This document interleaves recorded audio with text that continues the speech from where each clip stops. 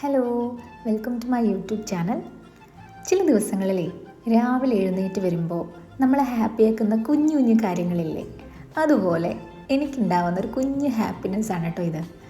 ഇങ്ങനെ തലേ ദിവസം അരച്ച് വെച്ച നമ്മുടെ ദോശയുടെ ബാറ്ററൊക്കെ ഇങ്ങനെ ഫെർമെൻറ്റഡ് ആയിട്ട് കാണുമ്പോൾ എന്തോ എനിക്ക് ഭയങ്കര ഹാപ്പിനെസ്സാണ്.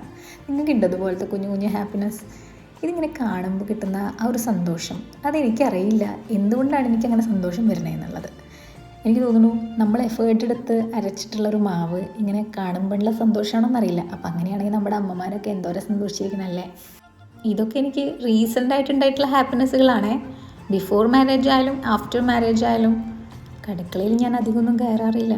പക്ഷെ വീട്ടിൽ നിന്നൊക്കെ മാറി നിന്ന് എല്ലാ റെസ്പോൺസിബിലിറ്റീസും നമ്മുടെ തലയിൽ മാത്രമാകുമ്പോൾ കുക്കിങ്ങും നമ്മുടെ റെസ്പോൺസിബിലിറ്റി ആയി മാറിയപ്പോൾ കിട്ടിയ ഹാപ്പിനെസ്സാണ് ഇതൊക്കെ. അങ്ങനെ കുറച്ച് വൈകിയാണെങ്കിലും ഞാൻ തിരിച്ചറിഞ്ഞ ഒരു കാര്യം കൂടെ ഉണ്ട്. കുക്കിംഗ് എനിക്ക് ഭയങ്കര ഇഷ്ടമാണ്. അതിങ്ങനെ ഇഷ്ടപ്പെട്ട് ചെയ്യുമ്പോൾ അതിന് വേറൊരു രസമുണ്ടെന്ന്. അതിപ്പോൾ ഏതൊരു ജോലിയാണെങ്കിലും അങ്ങനെയാണല്ലോ, ഇഷ്ടപ്പെട്ടാണ് ചെയ്യുന്നതെങ്കിൽ അത്ര അങ്ങ് മടുപ്പ് തോന്നില്ല. അങ്ങനെ എനിക്കും മടുപ്പ് തോന്നാത്തൊരു കാര്യമാണ് ഇപ്പോൾ കുക്കിംഗ്. വിഷയത്തിൽ നിന്ന് ഞാൻ ചെറുതായിട്ടൊന്ന് തെന്നി മാറി. ഞാൻ എന്താ ഉദ്ദേശിച്ചതെന്ന് വെച്ച് കഴിഞ്ഞാൽ, ഇങ്ങനെ ഫുൾ ഫെർമെൻറ്റഡ് ആയിട്ടുള്ളൊരു ബാറ്റർ വെച്ചിട്ട് ഞാൻ ദോശ ചുടുന്ന സ്റ്റൈലൊന്നും കാണിക്കാമെന്ന് വിചാരിച്ചിട്ടാട്ടോ വീഡിയോ സ്റ്റാർട്ട് ചെയ്തത്. എന്തായാലും അത് ഞാൻ ചട്ടിയിലൊഴിച്ചിങ്ങനെ പരത്തിയെടുത്ത് കുറച്ച് കഴിയുമ്പോൾ അതിൻ്റെ മുകളിൽ ഇതുപോലെ ഇങ്ങനെ നെയ്യ് തൂവി കൊടുക്കും. അപ്പോൾ വരുന്നൊരു മണമുണ്ട്, അതെനിക്ക് ഭയങ്കര ഇഷ്ടമാണ്. പിന്നെ നല്ല ദോശമാവാണെങ്കിലും നല്ല ദോശക്കല്ലാണെങ്കിലും നമുക്ക് അധികം കഷ്ടപ്പെടേണ്ടി വരില്ല. ഇതുപോലെ സുഖമായിട്ട് ദോശേനെ എടുക്കാം.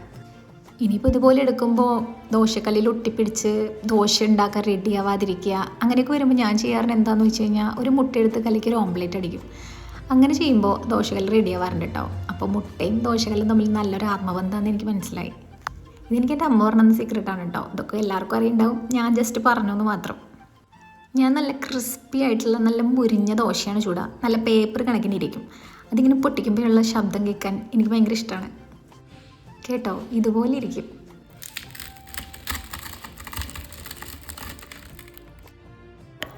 ഇങ്ങനെ നല്ല മുരിഞ്ഞ ദോശ ഉണ്ടാക്കണതിന് വേറൊരു കാര്യം കൂടി ഉണ്ട് കേട്ടോ. എന്താ? വേറൊന്നുമല്ല, കറി ഉണ്ടാക്കണ്ട.